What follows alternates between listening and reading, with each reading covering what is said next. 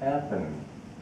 And I have seen that when you have an intimate relationship with God, everybody can have it. We're all His children. I think of God as my Divine Mother. Well, I felt that my Divine Mother had directed me to return to India after many years' absence. And I had the money to go. I had enough to stay there for 2 months and then come back. But I drove into San Francisco 2 weeks before I was to leave, and my car threw a rod. And I realized I really had to get rid of this car and get another one. So I tried to ask God for advice. What should I do? I asked my Divine Mother. And I didn't have a church to go to. I didn't have a quiet place I could go to. And I had restaurants, but that wasn't quite the thing. Anyway, at the end of the day, I finally said, well, Divine Mother, I've had no guidance from you, but my common sense tells me that I have to, when I come back from India, I will need a car. I live up there in the mountains, miles from it, you might say, civilization, and I need a car. So I'm going to get it, and you'll have to reimburse me.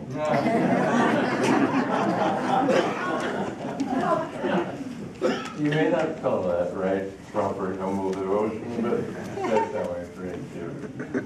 Anyway, I put $1,100 down to buy a decent used car on Friday night. Monday morning, the next Monday morning, I got a letter in the mail from somebody I didn't know. It contained a check for $1,000, and the enclosed letter said, use this as Divine Mother wants you to. I ask you this, how many people in America think of God as the Divine Mother? How many people in America would think that somebody else that they knew thought of God as the Divine Mother? This man didn't know me, I didn't know him. He'd just come out of the army and he felt like doing something good, and so he did this. But absolutely incredible. I have seen again and again that when I had faith, everything worked out. And to have faith is not, yeah, I believe in you. No, it means having love. It means thinking of God as really right there. But one time, this is another story I've always loved to tell. There was an Indian who was in Davis, UC Davis, and he was a friend of mine. Then he went back to India, and I didn't know where his address was, and I felt badly because I wanted to see him when I went to India. So I went from Delhi to Calcutta. He lived in Bhubaneswar, which is south of Calcutta, some distance away. And I said, what a pity that I have come all the way to Calcutta, and I have no way of knowing where he is, Divine Mother. I'm sorry, but there's nothing I can do about it. And I arrived at the airport, and my friends who were supposed to meet me didn't meet me. They were held up by traffic. Well, you know what usually happens when you get some sort of a contretemps like that. You sort of rush to the nearest phone. Well, I didn't do that. I just stood there for a moment. I said, well, Divine Mother, what have you got in mind?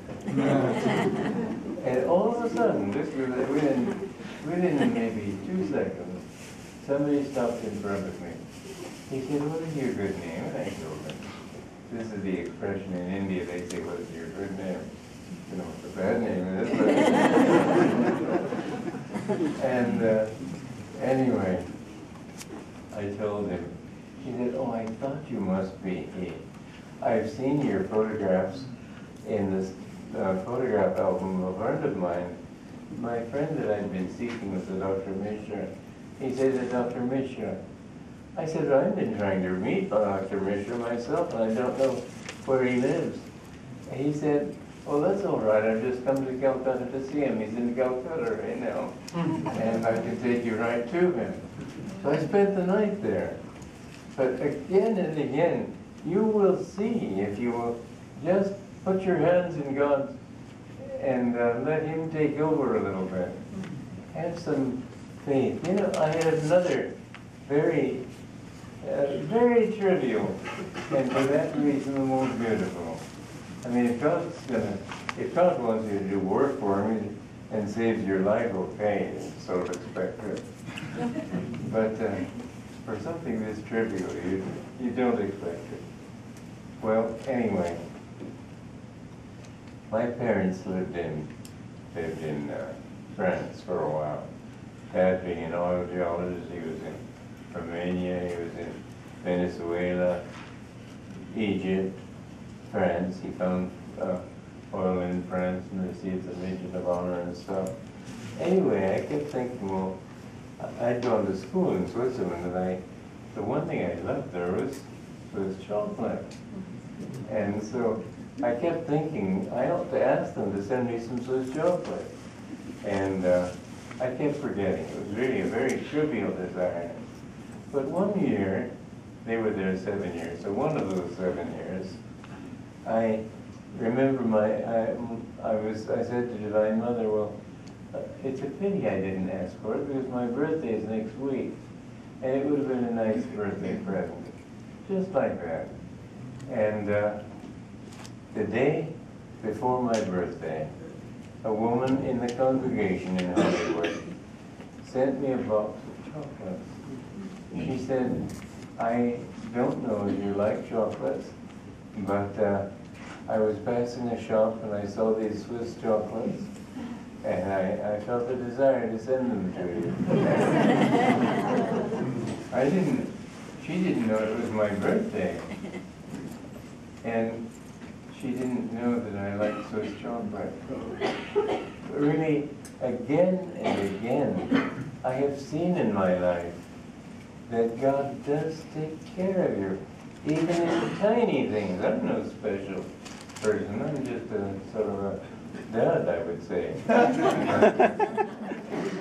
God will take care of you if you have faith in Him. If there's one thing I want to plead with you, don't think only in terms of what you are doing, like Buddha, which is necessary in his lifetime, but think that really God is there. His grace is there. What the Christian churches teach about grace is true. You must have grace. You can't find God without Him. Yoga won't give it to you. What yoga does, and I told you I think before, it's like grace is like sunlight on a building. If you open up the curtains, then the sun can come in. Yoga's purpose is only to open up those curtains, to bring this energy up the spine so that you can offer yourself to God. If you want to offer yourself to God and don't know how, it's much more difficult. So this teaching is very simple, but absolutely life-transforming. Yes, it'll take you a whole lifetime. I won't mince words. You won't get it. It's not for 90-day wonders. But if you do it, I can say, at the end, I've been on this path now for 63 years, and it's well worth it. So let me ask you if you have any questions. Yes. Mind you, I'm deaf as a post. Okay.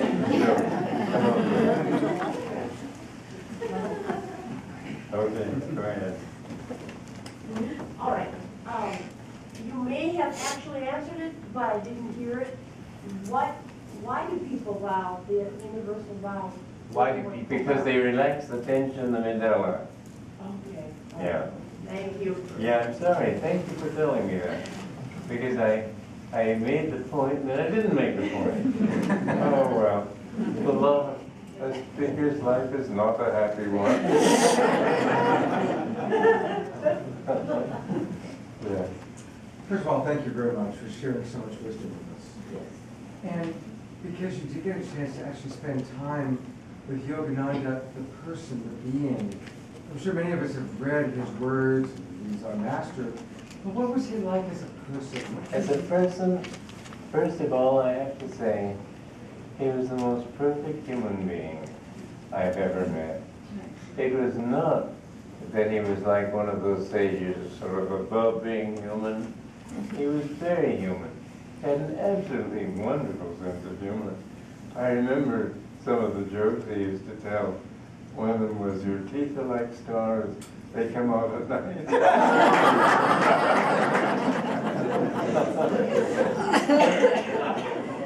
He would tell that and he'd just roar with laughter.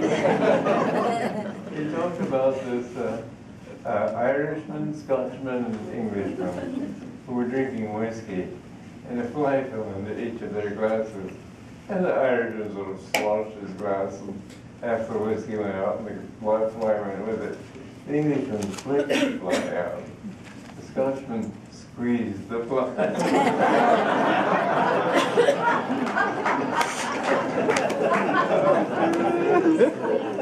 And I still remember the utter delight with which he spoke that word, squeeze. But he was also, he wasn't humble in the sense that you think of. He wasn't self-deprecating. He was non-existent. You'd look into his eyes and you'd see there was no ego there. He was very respectful of everybody. You think anybody with that much wisdom would sort of look down on people.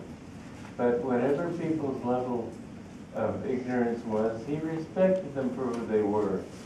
And he tried to help them from that point. There was one man who was arguing with him. He was a Christian fundamentalist. So finally, Master said, well, how do you suppose that in the Garden of Eden, the serpent spoke to Eve? And the man said, in those days, serpents could speak.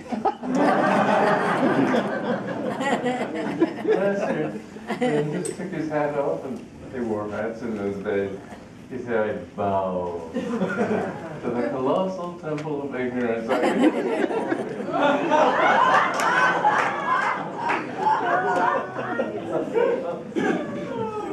But he was so kind.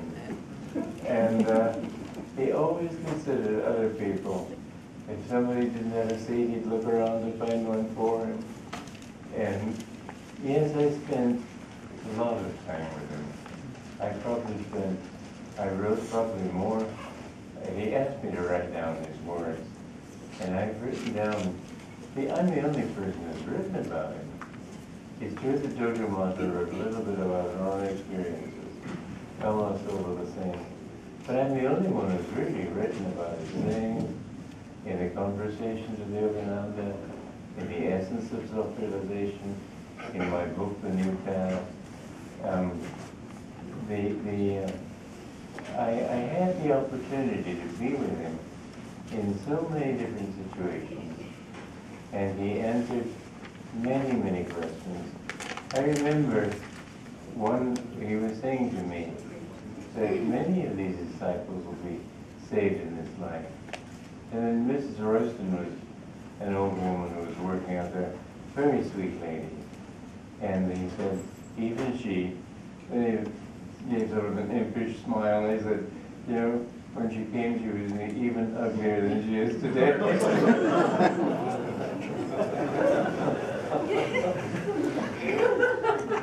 But he was really delightfully informal, and he had this absolute love. You couldn't help feeling love from him. You just wanted to be around him all the time. He was not ever authoritative, and I know, you don't know kind of thing.